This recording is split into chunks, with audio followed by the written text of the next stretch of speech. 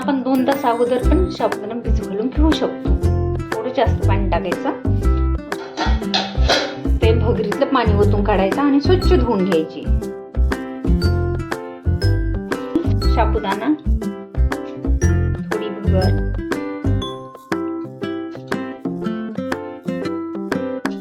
आणि थोडा साबुदाणा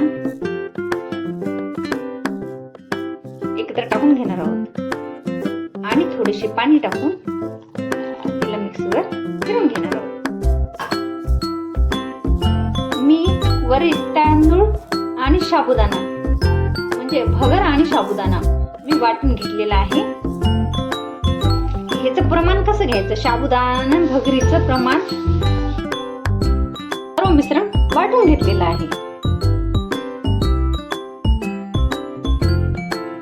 आपण साबुदाणा आणि भगर हे दोन्ही वाटून घेतलेलं आहे. त्याच्यासाठी आता आपण मिरचीचा ठेचा बनवून घेणार आहोत. आपण एका छोट्या मिक्सरच्या जारमध्ये अशी मिरची वाटण्यासाठी टाकून घेणार आहोत आणि एक टोमॅटो घ्यायचा आणि टाकायचा.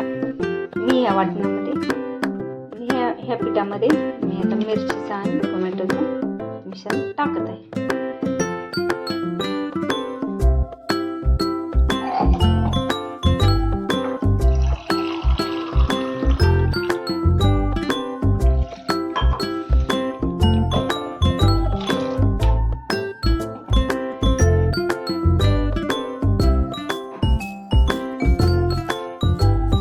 चवीनुसार मीठ,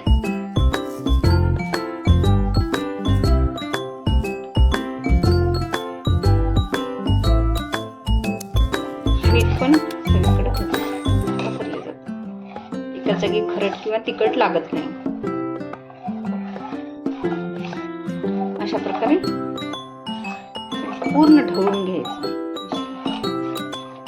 बॅटर बघा अशा प्रकारे तयार झालेले आहे. आता आपण बनवणार आहोत ह्याचे डोसे.